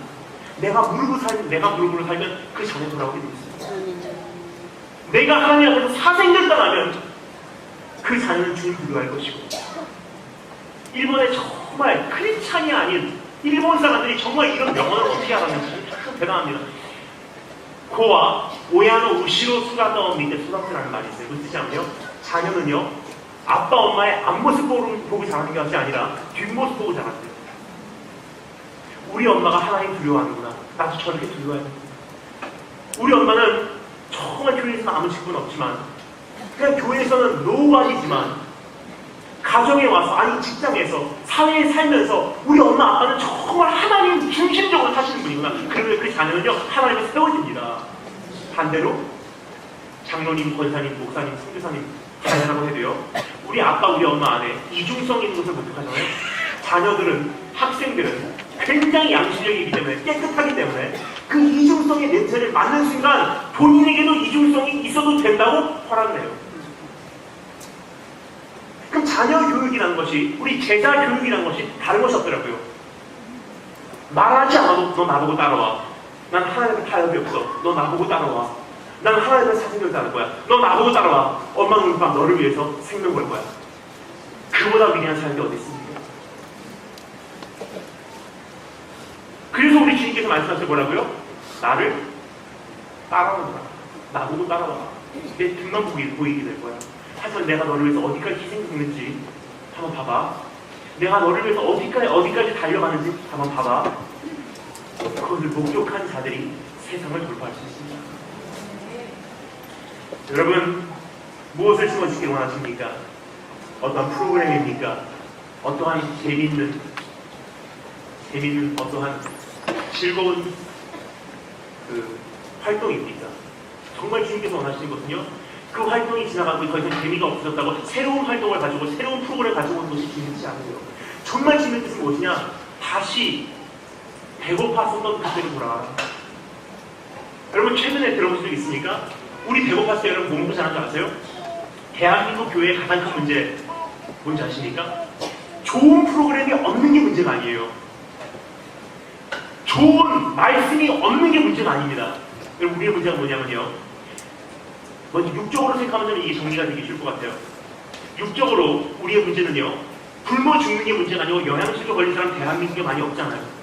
그럼 대한민국의 국민들의 가장 큰 문제는 뭐냐면요, 많이 먹는 게 문제예요. 여러분, 이화여대 비롯해서 신촌에 나가보십시오. 얼마나 다이어트 클리닉이 많은지. 너무나 많이 먹어서 문제지 없어서 문제가 아니에요. 살 빼려고 의도적으로 다이어트 하는 것이 우리 문제입니다. 얼마나 많이 먹습니까? 너무나 많이 먹어서 심장마비, 심장병, 너무나 많이 먹어서 비만증, 너무나 많이 먹어서 성인병, 당뇨병. 근데 여러분, 그것 영적으로 똑같더라고요. 우리의 문제는요, 너무나 영적으로 많이 먹어서 영적인 성인병, 영적인 심장마비, 영적인 심장마비를 성경에서 뭐라 그러죠? 양심이 화해받으세요. 예수님께서 나를 위해서 죽으셨다는 사실을 너무나 많이 듣고 나니까 이제는 눈물 한 방울도 잡게 되지 않는 거예요. 화해 마신 거예요. 화해 마신 거예요. 영적인 장염병, 영적인 비만증.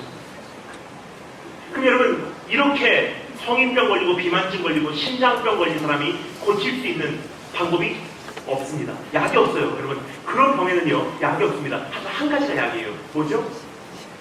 웰빙이라는 것이 무엇입니까? 우리가 못 먹었을 때 먹었던 음식으로 돌아가면, 보릿고기로 돌아가면 웰빙이라 그래요. 그걸로 회복이 돼요. 영적으로 똑같습니다. 우리가 정말 지금 죽어가고 있어요. 아무리 먹어도, 좋은 말씀을 먹어도, 좋은 프로그램을 해도 왠지 모르게 갈증이 나요. 왠지 모르게 배고파요. 왠지 모르게 성도의 삶에는 능력이 없어요. 그런데 우리는 어떻게 본질로 돌아가야 될 생각보다도 더 새로운 것을 연구해서 더 앞서야 될 생각을 해요. 그것을 했는데도 불구하고 다시 배고파요. 왜냐면요, 우리가 갈 방향은 저기가 아니라 여기이기 때문이에요. 그것은 무엇입니까? 더 많이 먹고, 더 어떻게 먹을까? 더 연구해서 먹고, 더 잘 먹고, 더 고급스러운 걸 먹는 것이 아니라, 그것을 하면 할수록 교회의 병은 심해집니다. 교회의 병을 고칠 수 있는 유일한 방법이 뭔지 아십니까? 배고팠을 때 먹었던 그 음식으로 돌아가는 거예요. 영적으로 우리가 배고팠을 때 어떻게 먹었는지 아십니까? 밑바닥에서 한여름에 길이 올라갔는데 가슴을 치며 회개했던 그때가 우리 영혼이 가장 충만했을 때였어요. 근데 지금 어떻습니까? 최근에 이런 이야기 한 사람 들어보셨습니까? 나 예수님 만나러 다녀오겠습니다. 어디 가세요? 무슨 기도원 다니겠습니다. 아, 그러세요? 그럼 뭐라 그러죠? 나 들어가서 소나무 하나 뽑고 나오겠습니다. 그런 얘기 여러분 들으신 지 얼마나 되셨어요? 10년, 20년 거의 못 들어봤어요. 10년 전만 해도요, 무려 20년 전만 해도요, 산속에 들어가서 한여름에 소나무 하나 뽑을 만큼 주님과 씨름하지 못하면요, 주님 만나지 못한다는 양심적인 시대가 있었어요. 하지만 지금 어떻습니까? 프로그램으로 주님 만나는 줄 알아요. 어떠한 세미나로 주님 만나는 줄 알아요. 30초 걸리면 찡해서 렌즈에서 돌려서 먹는 것이 익숙해지다 보니 하나님도 그렇게 만난 줄 알아요. 크리스찬도 그렇게 탄생된 줄 알아요. 하지만 크리스찬 어떻게 탄생된 줄 아십니까? 목마른 사슴 시냇물을 찾아 헤매이듯이 나의 영혼 주를 찾기 위해 갈망하나이다. 찾고 찾던 끝에 만나버리는 하나님, 그 하나님을 통해서 뒤집어버리는 것이, 뒤집혀지는 것이 크리스찬의 인생입니다. 여러분, 오늘 무엇을 이루시기 원하십니까? 그냥 좋은 크리스찬 삶 사는 것, 그것이 아니라 이제 정말 예수 생명 소유하고 달려가신 축복이 있을 줄을 축원합니다. 다섯 번째가 이상되겠습니다. 완전히 변질됩니다. 처음에 상황 판단 능력을 상실하고요. 두 번째, 혼란이 시작되고, 목마름이 시작되고, 비본질에 집중하고, 이제는 생명 걸기 시작하고, 마지막 다섯 번째, 완전히 변질되기 시작합니다. 뭐냐면요, 예수께서 뭐라 그러죠? 사두개인들과 바리새인의 누룩을 주의하래요. 왜 누룩이라는 비유를 썼냐면요, 여러분, 빵을 굽기 전에 그 반죽을 보잖아요? 그 반죽을 보면, 거기다 이제 누룩을 넣어요. 이스트, 그죠? 베이킹 파우더를 넣으면요, 그 빵 반죽 안에 그 누룩이 있는지 알까요? 모를까요? 모릅니다. 그 시간이 걸리면서 그 빵 반죽에 누룩이 계속 퍼져 들어가요. 빵 전체에 퍼져 들어갑니다. 그리고 빵이 발효가 되기 시작하면서 질이 전혀 다른 질로 변질이 돼요. 그럼에도 불구하고 우리는 그 안에 누룩이 있는지 없는지 알까요? 모를까요? 몰라요.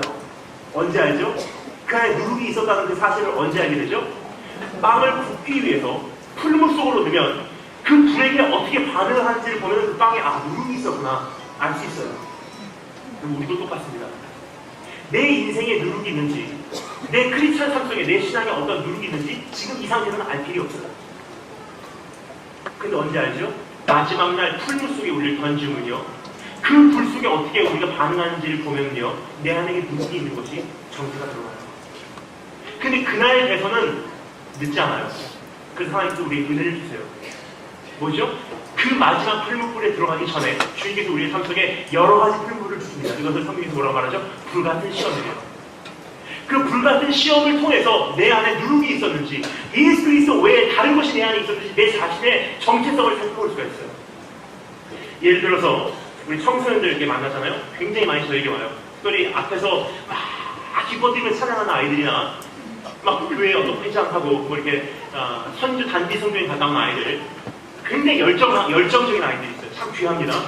근데 그 와중에 어떤 아이, 그런 아이들 중에 어떤 아이들은요, 저희 찾아와서 이렇게 얘기합니다. 목사님, 제가 CCM 가수가 되기를 원합니다. 정말 하나님을 섬기기를 원해서 CCM 가수가 되기를 원합니다. 참 귀한데요. 문제는요, 항상 제가 이게 도전을 합니다. 너 만약에 성대 수술하면 너 뭐 할래? 찬양 못하게 되면 여러분 뭐 할래? 정말 주님을 사랑한다고 찬양을 했건만 성대 수술 하나 있다고 찬양을 못하게 되면요, 그래서 주님을 떠나가고 더 이상 사역을 중단하고 증인으로서의 삶을 살아가지 않는다는 것은요, 처음부터 하나님에 관심이 있는 것이 아니라 내가 무대 위에 서는 것이 관심이 있었다는 사실이에요. 너무나 많은 설교자들도 똑같습니다. 내가 설교하는 것 참 좋아요. 하지만 내가 정말 설교가 정말 주님을 사랑해서 주님의 마음을 호소하는 것이 좋아서 설교를 하는지, 아니면 사람들이 은혜 받고 설교 한마디 하면 아멘 그리고 내 설교에 따라서 막 눈물을 흘리고 은혜 받고 변화받는 것이, 그것을 보면서 그래도 내 인생 성공했어, 내 인생 성공적으로 살고 있어, 내 자신을 구원하기 위해서 설교를 하는지는요, 설교 한번 망치기 전까지는 내 정체를 알 수 있는 길이 없다는 사실이에요. 정말로 하나님을 사랑해서 사랑하는지, 아니면 내 사업을 축복해 주시는 하나님을 사랑하는지는요, 사업이 풀무불 속으로 들어가서 불같은 시험을 겪고 사업이 무너져 내리기 전까지는요, 내가 왜 주님을 사랑하는지, 내 안에 누룩이 있는지 없는지를 점검할 수 있는 기회가 많이 없다는 것입니다. 그래서 주님께서 말씀하십니다. 누룩을 주의하라. 그래서 유대인들은 어때요? 매년 1년에 한 번씩 무교절이라고 있어요. 뭐죠? 집안에 있는 모든 누룩을요, 의도적으로 제거를 합니다. 안 해보겠습니다. 이번에 설교 안 해보겠습니다. 이번에 찬양 인도 안 해보겠습니다. 그러면서도 불구하고 그냥 똑같은 열정으로 예배를 드리고 있는데 내 자신 한번 점검해보겠습니다.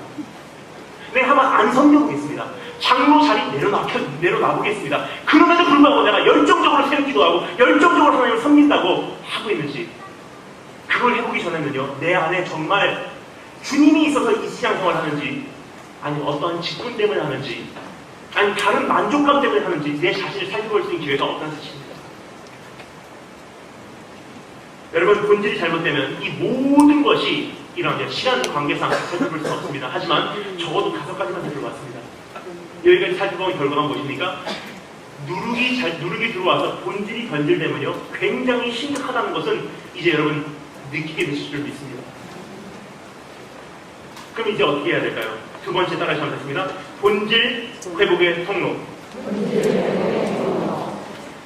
우리 한번 본질이 회복될 수 있는 통로를 주님께서 우리에게 소개해 주시는데요, 13절부터 16절 말씀 다 같이 한번 한 목소리로 읽어보도록 하겠습니다. 13절부터 16절 다 같이 한 목소리로 읽겠습니다. 시작!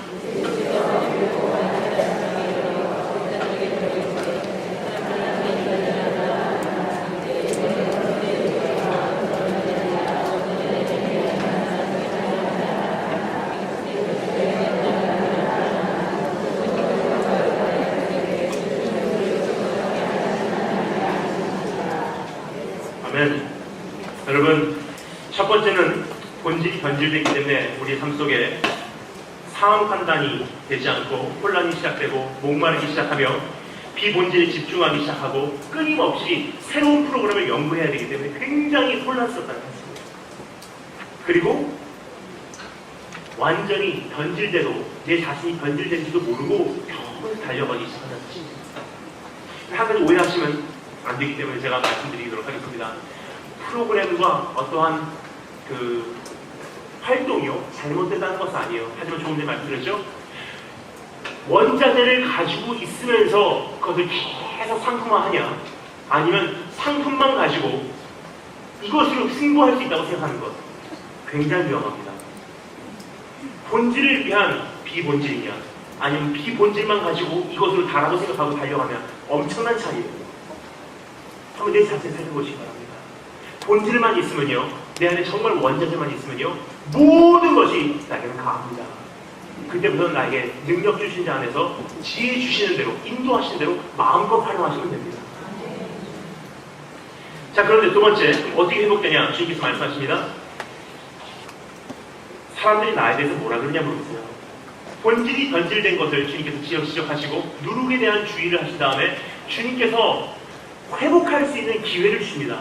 그래서 뭐라고 말씀하시죠? 사람들이 나에 대해서 뭐라 그러냐? 신앙 고백을 요구하세요. 왜냐? 본질이 회복될 수 있는 유일한 방법은요, 신앙 고백이에요. 어떠한 신앙 고백으로 내가 주님과 다시 연합하냐에 따라서 바로 살 수 있냐, 바로 살 수 없냐가 정해지기 때문입니다. 주님이 물어보십니다. 사람들이 나에 대해서 뭐라 그러냐? 사람들이 뭐라 그러죠? 엘리야라고 합니다. 또 뭐라 그러죠? 예레미야라고 합니다. 새 요한이라고 합니다. 혹은 선지자 중에 한 명이라고 합니다. 그냥 여러분 이 말씀 그냥 읽고 지나갈 수 있는 말씀이지만 이 말씀을 제가 보는 순간 깜짝 놀랐어요. 엘리야, 예레미야, 세례 요한, 선지자 중에 한 명 공통점이 있습니다. 뭐죠? 다 선지자예요. 선지자 역할은 무엇입니까? 이적과 기적을 행하는 거예요. 표적을 행하는 자. 그럼 사람들이 관심이 있었던 예수님은 뭐죠? 본질에 관심이 없었어요. 눈앞에 보이는 예수 그리스도가 행하는 표적에 관심이 있었다는 뜻입니다. 그래서 주님께서 말씀하십니다. 악하고 음란한 새들아, 정말로 볼 건 안 보고 엉뚱한 거 보고 있다. 너무 답답해하시면 주님께서 물어보십니다. 자, 너희들은 나에 대해서 뭐라 그러냐? 근데 베드로가 뭐라고 고백하죠? 주는 그리스도시요 살아계신 하나님의 아들이십니다. 그럼 주님께서 너무 놀라시면서 베드로를 칭찬하시는데 그것을 현대말로 표현하면 바로 이런 뜻입니다. 대박이다. 정말 대박이다. 정답이 없었어요. 왜냐면요, 사람들이 본 건 뭐죠? 선지자, 이적과 표적을 행하는 예수님을 봤어요. 근데 여러분, 선지자라는 것은요, 참 우리가 정리해야 될 것이 있습니다. 베드로가 뭐라고 고백합니까? 주는 그리스도, 주는 메시아라고 해요. 그럼 그리스도, 메시아 똑같은 단어인데요. 그리스도라는 사람들은 뭐죠? 기름 부음을 받은 자예요. 그건 그리스도의 삼중 사역이 있습니다. 세 가지 종류의 사람들이 기름 부음을 받았어요. 어떤 사람들이죠? 제사장, 선지자, 왕이에요. 그럼 사람들이 본 것은 예수님의 몇 퍼센트죠? 3분의 1밖에 보지 못했다는 뜻입니다. 가장 관심이 있는 부분만 보기로 선택한 거지, 나머지 왕 대신과 제사장 대신은 관심이 없었어요. 그럼 베드로는 목격했어요. 아니에요, 주님. 사람들은 선지자라고 하지만 주님은 아니에요. 주님은 전체이십니다. 주님은 메시아입니다. 주님은 선지자시오. 주님은 제사장이시오. 주님은 왕이십니다. 그거 위였어요. 주님이 뭐라고 말씀하시니까 대박이다 너. 여러분, 베드로가 그 고백을 할 수밖에 없었어요. 왜 그렇습니까? 여러분, 선지자하고 왕하고 제사장은요, 이 삼중 사역은 언제나 충돌하는 사역이었어요. 기억하십니까?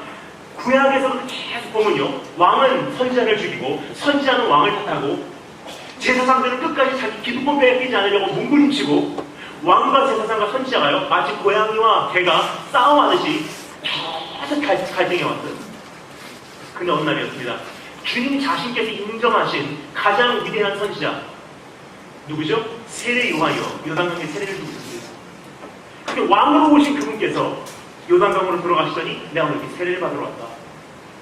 세례 요한이 놀라면서 그럴 수 없습니다. 난 감당치 못합니다. 주님께서 뭐라고 말씀하십니까? 모든 것이 온전케 되기 위해서 내가 너에게 세례를 받아야 되겠다. 세례 요한이 이해를 했어요. 세례를 줍니다. 그리고 놀라운 현상이 나옵니다. 그때부터는 두 번 다시 성경에서 선지자라는 단어가 등장하지 않습니다. 왜죠? 그 순간 예수 그리스도 안에서 왕과 선지자와 제사장이 연합을 해버렸어요. 예수님은 전체예요. 예수님이 다란 뜻입니다. 예수님이 내 안에 본질이라는 뜻이에요. 그 고백이 제대로 되면요, 본질이 내 안에서 회복될 것이고, 이제는 정말로 내가 살아갈 수 있는 능력이 내 안에서 생길 수 있다는 뜻입니다. 그렇다면 여러분, 온전한 신앙 고백이 도대체 무엇인지 우리가 짧게 세 가지만 나눠서 살펴보도록 하겠습니다. 첫 번째, 따라해서 하겠습니다. 전체적인 신앙 고백. 베드로가 뭐라 그러죠? 주님은 부분이십니다? 아닙니다. 주님은 선지자이십니다? 아니에요. 주님은 전체예요. 주님은 그리스도십니다. 주님은 전체예요. 여러분, 즉 우리가 가지고 있는 신앙 고백이요, 전체냐 부분이냐에 따라서 내가 이 한평생을 내가 어떻게 살아갈 수 있냐가 여기서 승부가 난다는 뜻입니다. 여러분이 가지고 계신 신앙 고백, 그리고 여러분이 지금 우리 자녀들에게, 우리 제자들에게 알려주고 있는 신앙 고백이 전체입니까? 부분입니까? 예를 들겠습니다.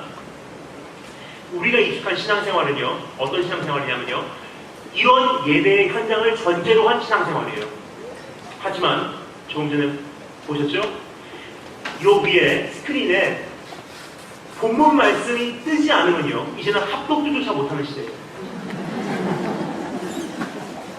그리고 우리 학생들 보면요, 이미 그 본질 자체가 흐리기 때문에 학생들 보면 어떻게 하는지 아십니까? 땅끝까지 하겠습니다. 나 땅끝까지 보내주시옵소서 기도해요. 근데 여러분, 저는 사실상 개인에서 땅끝까지 갔다 오는 사람이에요. 그럼 제 입장에서 보면요, 굉장히 마음이 아파요. 왜 그러냐면요, 땅끝의 현실을 제가 알거든요. 여러분, 대한민국만 넘어서 정말로 잃어버린 양들이 있는 곳을 들어가서 중국 북경부터 실크로드를 타고서 땅끝을 향해서 가잖아요. 가면 갈수록 PPT 환경이 좋아집니까? 나빠집니까? 사운드 시스템이 좋아질까요? 나빠질까요? 근데 우리가요, 사운드 시스템이 좋아지는 것에 익숙하고 PPT는 당연히 뜨는 것이고 이런 예배의 현장이 당연히 있는 것을 이제 전제로 우리가 신앙생활하기 때문에 우리는 이제 땅끝 선교를 우리를 통해서 이룬다는 것은요, 굉장히 이것은 다시 한번 기도하고 무릎으로 우리가 나가지 않으면 안 되는 우리 숙제예요. 여러분, 중국 사람들은 어떻습니까? 숨어서 예배드려요. PPT 없습니다. 성경 거의 암기하고 있어요. 그럼 그 사람들이 땅끝까지 가고 이라크에서 복음 전하는 것과 내가 가서 대한민국의 신앙 배운 내가 가서 복음 전하는 것과 누가 더 영향력이 있을까요? 그럼 주님 안에는요, 대한민국의 형태의 예배만 있으니까, 미국 형태의 예배만 있으니까, 호주의 힐송 형태의 예배만 있으니까, 아니면 동시에 지하교회, 중국교회, 이슬람교회, 그런 예배도 주님 마음 안에는 다 있습니까? 다 있어요. 그럼 전체적인 메시아, 예수 그리스도와 내가 연합했다면요, 이렇게도 할 수 있어야 되지만 저렇게도 할 수 있어야 돼요. 정정이 되면 예배 못 드는 시대입니다, 이제. 그러면서 여러분, 이제 어떻게 환란의 시대를 감당하시려고 합니까? 그러면 이제 정말 우리 학생들을 만들어내서 정말 주님의 일꾼으로 우리가 세우기 원한다는 것은요, 적어도 내 머리 안에는 총사진이 있어야 돼. 한 이런 모습으로 만들어내기 원합니다. 근데 문제는 내 자신이 오늘 이렇게 예배드리는 이 형태가 영원히 갈 것 같이 전제로 우리가 예배를 드리기 때문에 이 아이들을 하나님 앞에서 환란의 시대를 대비시키지 못한다는 뜻이에요. 언젠가 정전돼도 예배 드릴 수 있는 사람들, 눈 뜨고 기도하지 못하는, 눈 감고 기도하지 못하는 날이 있으면 걸어가면서 눈 뜨고라도 기도할 수 있는 사람들을 만들어내는 거예요. 여러분, 중국에서 제가 사역할 때 어떻게 기도하는 줄 아세요? 중국에 사역할 때 중국 사역자를 만납니다. 숨어서 모일 때는요, 정말 절실히 기도할 수도 있지만 때로는 상황상 기차 안에서 모임을 해야 될 때가 있어요. 그럼 기차 안에 이동을 합니다. 그러면 그 중국 가보신 분들은 아시겠지만 침대차 타잖아요. 침대가 3칸이에요. 그러면요, 저하고 제 동역자는 예를 들어서 제일 밑에 칸인데 바로 위 칸 별의별 사람들이 다 타 있어요. 김일성 밴드 달고 있는 북조선 사람들 타 있을 때도 있고요. 무슬림 선교사들, 이슬람 상인들 같이 그 착합니다. 그럼 저희들 어떻게 하는지 아십니까? 절실하게 우리 눈 감고 기도하겠습니까? 아니에요. 제 동역자 대신 그 형제하고요, 라면 먹으면서 눈 뜨고 기도해요. 하나님 함께 해주세요. 성찬식 어떻게 하는 줄 아세요? 기차 타고 이동하면서 위에는 무슬림들, 밑에는 김일성 배신한 사람들, 그 사람들 사이에서, 그 현장에서, 그 현실에서 그대로 성찬식을 할 수 있는 정도의 준비가 돼 있어야 된다는 것입니다. 여러분, 정말로 주님과 연합을 했다는 것은요, 내 안에 전체적인 예수 그리스도가 들어온다는 뜻이에요. 한 부분이 아닙니다. 그분이 정말로 들어오면 어떻게 되죠? 현실이 문제가 아니게 돼요. 한국에 던져놓으면 살아나요. 미국에 던져놓으면 살아나요. 이라크에 던져놓으면 살아나요. 아프간에서 던져놓으면 전도해요. 이게 뭐죠? 세상이 감당치 못하는 자입니다. 그럼 내가 세상이 감당치 못하는 자가 아니라 선교에 잠시 가도 김치가 또 가야 되는 사람이라면 내가 온전히 연합을 못했다는 뜻이에요. 또 한 가지 예를 들자면요, 중국에 가서 사역을 하는데 가장 큰 문제가 뭐냐면요. 보통 우리 중국에 잠깐 단기 선교에 오신 분들 보통 뭐라고 말씀하시죠? 하는 중국의 공산주의가 무너져서 이제 마음껏 선교할 수 있는 그런 날이 우리에게 허락되기를 원합니다. 그럼 아멘 그래요. 근데 여러분, 중국의 공산당을 하나님께서 지금 어떻게도 못하게 하나님께서 그냥 할 수 없이 지금 이렇게 하시는 걸까요? 아니면 하나님께서 무한하신 죄로 판단해 보실 때, 주님의 무한하신 사랑으로 판단해 보실 때 중국의 공산당을 허용하신 걸까요? 그럼 복음이 뭔지 아십니까? 복음, 이사야 선지자 뭐라고 말하죠? 복음 들고서 산을 넘는 자들의 발길 아름답다. 뭐냐? 그들이 외치는 복음의 내용은 무엇입니까? 주 통치하시네요. 주 다스리시네요. 그럼 진짜 복음의 본질은요, 주님 통치하시고 있다는 뜻이에요. 그렇다면요, 중국이라는 나라가 공산주의라는 것은 사탄의 세력이 강해서일까요? 아니면 하나님께서 실수하신 걸까요? 아니면 중국의 공산당이 너무나 강해서 복음을 지금 가로막고 있는 사탄의 개교일까요? 아니면 하나님께서 열방을 통치하시고 악인도 그 쓰이는 밖에 지음을 지으시는 하나님께서 허용하신 걸까요? 허용하신 거예요. 그럼 질문을 하겠습니다. 왜 허용하셨을까요? 중국이 만약에 공산당이 아니면요, 큰일 납니다. 왜냐면요, 중국의 공산주의가 오늘 무너져요. 하나님 제발 좀 공산주의 좀 무너뜨려 주셔서 내가 알고 있는 예배를 이제 마음껏 중국에서 할 수 있도록, 내가 알고 있는 전도 방법을 중국에서 마음껏 할 수 있도록 중국의 공산주의가 무너지기를 원합니다 하면 하나님께서 그래 네 기도 들어주마 오냐? 만약에 해서 중국의 공산주의가 오늘 당장에 무너지잖아요? 어떤 일이 일어날까요? 첫 번째, 지금은 중국은요, 공산주의 하나로 북경부터 서쪽 끝 우르무치 카슈가르 락사까지 모든 소수민족의 인권이 없어져 버렸기 때문에 국경선이 없어져 버렸습니다. 그럼 북경부터 중국의 가장 서부까지는요, 복음의 왕래가 이게 빠르다는 뜻이에요. 근데 만약에 공산주의가 무너지면 어떻게 되죠? 소수민족의 인권이 인정이 돼요. 그럼 어떻게 되죠? 독립시켜달래요. 그럼 국경선이 생겨요. 그럼 수십 개의 국경선을 가면서 피자 매번 발급받지 않으면요, 그 지역의 복음을 전하러 선교사들이 못 들어가면 복음의 언어가 빨라질까요? 늦어질까요? 늦어집니다. 만약 우리 기도를 응답해 주시고 중국의 공산주의가 무너져야 되면 어떻게 되죠? 그러면요, 중국의 모든 소수민족의 인권이 인정되기 때문에 중국의 모든 소수민족 언어가 인정이 돼요. 그럼 어떻게 되죠? 수백 개의 언어를 다시 배우지 않으면 중국의 복음을 못 전한다는 뜻이에요. 하지만 지금 어떻습니까? 중국의 공산주의 안에서 만다린 하나로 중국의 언어 통합이 이루어졌어요. 바벨탑 사건을 거꾸로 해놨어요, 지금. 기가 막힌 일이 일어났어요. 악인도 그 스님밖에 하나님께 쓰셨어요. 그럼 어떻게 되죠? 선교사들이 만다린 하나만 배우면요, 소수민족에게 다 복음 전할 수 있는 능력이 내 안에 이미 있다는 뜻입니다. 중국의 공산주의가 무너지면 어떻게 되죠? 공산주의 안에서 하나님께서 무신론주의를 만들어 놓으시고 지하교회 사역을 일으켜서 1억 4천만 명이라는 크리스천을 중국에 허락하셨어요. 근데 만약에 중국 공산주의가 무너지면 중국에 있는 모든 소수민족이 인권이 인정되기 때문에 어떻게 해요? 그들의 모든 토속 종교가 다시 살아나요. 그럼 이제까지 잠들어 있었던 잡신들이요, 다 잠에서 깨어납니다. 또 한 가지 예를 들겠습니다. 중국의 공산주의가 무너지면 어떻게 되죠? 서쪽에서 급속도로 들어오는 이슬람 세력을 막아줄 만한 방파제 역할을 하는 나라가 없어져요. 그럼 대한민국 이슬람화 되는 것은요, 순식간에 이루어지는 겁니다. 그럼 하나님의 무한하신 지혜로 판단해 보실 때, 하나님의 무한하신 사랑으로 판단해 보실 때, 중국이라는 나라를 허용하셨어요. 그렇게. 그걸 정말 안다면요, 그분과 내가 정말로 전체적으로 결합을 했다면요, 선교사의 역할은 무엇입니까? 하나님 이 환경 왜 이렇게 만드셨으니까 제발 좀 무너뜨려 주셔서 내가 원하는 예배, 내가 아는 선교 방법, 내가 아는 전도 방법을 중국에서 해야 되는데 정말 힘들어요. 하나님 중국의 현실을 바꿔주시고 중국의 이 환경을 바꿔주세요라는 기도를 해야 되겠습니까? 아니면 하나님을 알고 그분과 결합하였으니 주님 안에는 한국도 있고 중국도 있으니 중국은 중국에 맞게 그냥 조용히 선교하고 숨어서 전도하고 두세 사람만 모여서 예배드리고, 이게 하나님의 뜻일까요? 어떤 게 하나님의 뜻일까요? 후자예요. 중국이라는 나라를 중국에 계신 하나님 앞에 굴복해서 중국은 중국에 맞게 선교하면 됩니다.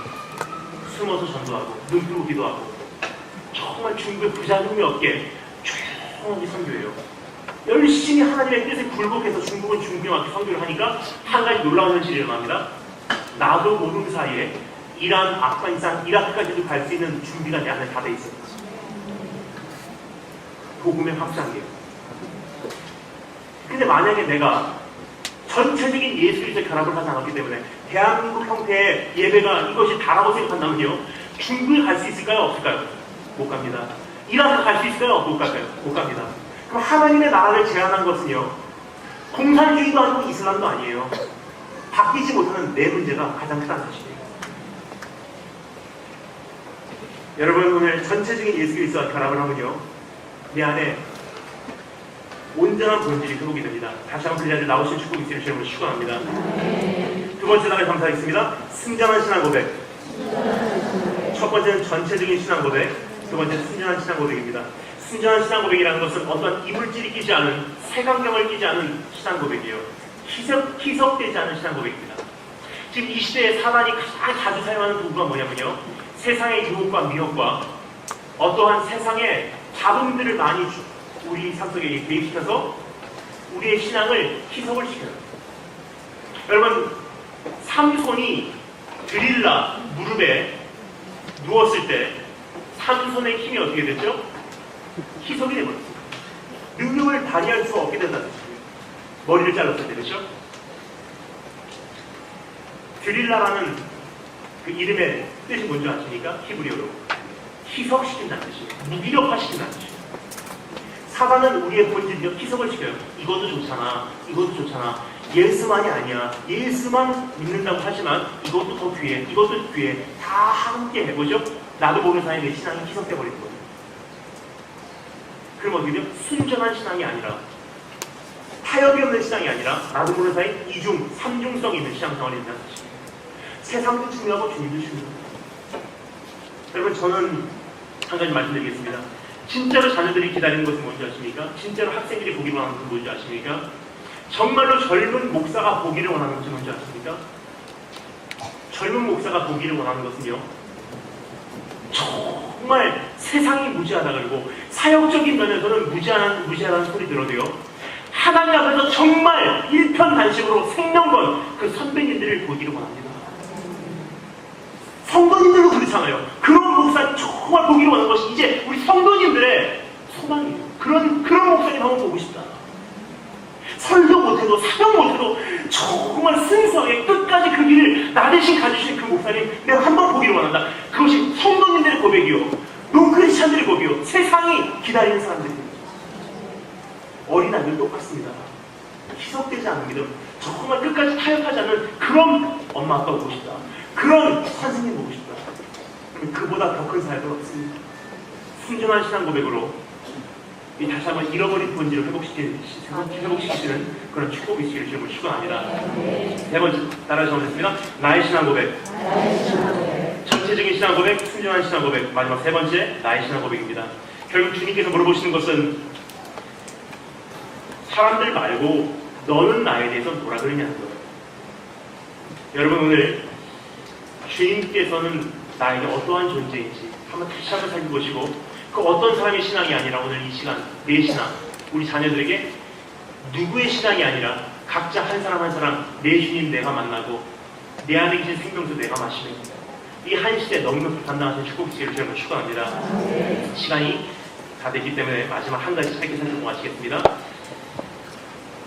우리가 살펴본 것은 본질이 변질된다는 것이고요, 두 번째는 본질이 회복되기 위해서는 온전한 신앙 고백이 고백되어야 된다는 것이고, 마지막 세 번째는 본질 회복을 했을 때의 결과입니다. 그 결과의 그 범위는 어디까지, 그 본질이 회복됐을 때 그 범위는 어디까지 영향을 받냐, 한번 살펴보겠습니다. 마지막 17절부터 20절 말씀 마지막으로 함께 읽겠습니다. 다 같이 한 목소리로 읽겠습니다. 시작.